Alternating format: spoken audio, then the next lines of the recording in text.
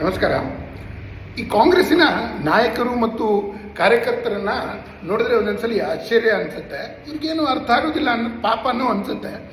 ಈ ಒಟ್ಟು ಯುದ್ಧದಲ್ಲಿ ಭಾರತದ ಸ್ಟ್ಯಾಂಡ್ ಏನು ಅಂತೇಳಿ ಕಾಂಗ್ರೆಸ್ಸು ಡಿಸೈಡ್ ಮಾಡಲಿಕ್ಕೆ ಹೊರಟಿದೆ. ಆದರೆ ನೆನಪಿರಲಿ, ಭಾರತ ಕಳೆದ 10-12 ವರ್ಷಗಳಲ್ಲಿ ವಿದೇಶಾಂಗ ನೀತಿ ಯಾವ ರೀತಿ ಇರಬೇಕು ಅಂತೇಳಿ ಇಡೀ ವಿಶ್ವಕ್ಕೆ ತೋರಿಸಿದೆ. ಮೋದಿಯವರು ಬೇರೆ ಬೇರೆ ದೇಶಕ್ಕೆ ಹೋದಾಗೂ ಇವರು ನಗ್ತಾ ಇದ್ರು. ಇವತ್ತು ಭಾರತ ಇರಾನ್ ಜೊತೆಗೆ ತನ್ನ ಸಂಬಂಧವನ್ನು ಚೆನ್ನಾಗಿಟ್ಕೊಂಡಿದೆ. ಭಾರತ ಅಮೆರಿಕ ಜೊತೆಗೆ ತನ್ನ ಸಂಬಂಧವನ್ನು ಚೆನ್ನಾಗಿಟ್ಕೊಂಡಿದೆ. ಭಾರತ UAE ಆ 7 ಕೊಲ್ಲಿ ರಾಷ್ಟ್ರಗಳ ಜೊತೆಗೆ ಸಂಬಂಧ ಚೆನ್ನಾಗಿದೆ.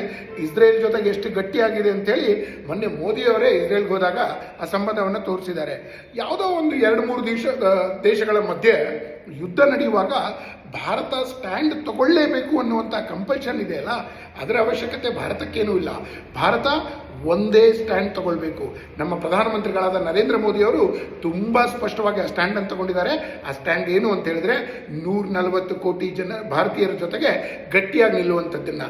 ಇವತ್ತು ಭಾರತ ಫೋನ್ ಎತ್ಕೊಂಡು ಅಮೆರಿಕ ಜೊತೆಗೆ ಮಾತಾಡಿ ತನ್ನ ಕೆಲಸವನ್ನು ಮಾಡಿಸ್ಕೋಬಹುದು, ಇಸ್ರೇಲ್ ಜೊತೆಗೆ ಮಾತಾಡಿ ತನ್ನ ಕೆಲಸವನ್ನು ಮಾಡಿಸ್ಕೋಬಹುದು. ಇನ್ಫ್ಯಾಕ್ಟ್ ನೆನಪಿರಲಿ, ಇನ್ನೂ ಕೆಲವೇ ದಿವಸಗಳಲ್ಲಿ ಇರಾನ್ ಜೊತೆಗೂ ನಮ್ಮ ಸಂಬಂಧ ಈ ಹಿಂದಿನಂತೆ ಮತ್ತು ಅದೇ ರೀತಿ ಅಥವಾ ಅದಕ್ಕಿಂತ ಗಟ್ಟಿಯಾಗಿ ನಡೆಯುತ್ತೆ ಅನ್ನುವಂಥ ವಿಶ್ವಾಸ ನನಗಂತೂ ಇದೆ. ಕಾಂಗ್ರೆಸ್ಗೆ ಇದು ಗೊತ್ತಿಲ್ಲ. ಅವ್ರು ಏನು ಅಂತ ಹೇಳಿದ್ರೆ, ಬೇರೆ ಬೇರೆ ಮಿಡಲ್ ಈಸ್ಟ್ ರಾಷ್ಟ್ರಗಳಿಗೆ ಮೋದಿಯವರು ಫೋನ್ ಮಾಡಿದ್ರು.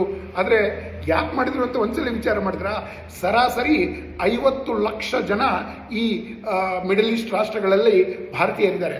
ಅವರ ಸುರಕ್ಷತೆಗೆ ಫೋನ್ ಮಾಡಿದ್ದೆ ಹೊರತು ನಾವು ಯಾರ ಜೊತೆ ನಿಲ್ತಾ ಇದ್ದೀವಿ, ಯಾರ ವಿರುದ್ಧ ಅಂಥೇಳಿ ನಿಲ್ಲುವಂಥ ಅವಶ್ಯಕತೆ ನಮಗಂತೂ ಇಲ್ಲ. ಎಲ್ಲವೂ ಸರಿ ಹೋಗುತ್ತೆ. ಇನ್ನು ಕಳೆದ 70 ವರ್ಷಗಳಲ್ಲಿ ದೇಶ ಹೇಗೆ ನಡೆಸಬೇಕು ಅಂತ ದೇಶದ ನೀತಿ ಗೊತ್ತಾಗದೇ ಇರೋ ಕಾಂಗ್ರೆಸ್ಗೆ ವಿದೇಶದ ನೀತಿ ಗೊತ್ತಾಗೋ ಚಾನ್ಸೇ ಇಲ್ಲ ಬಿಡಿ.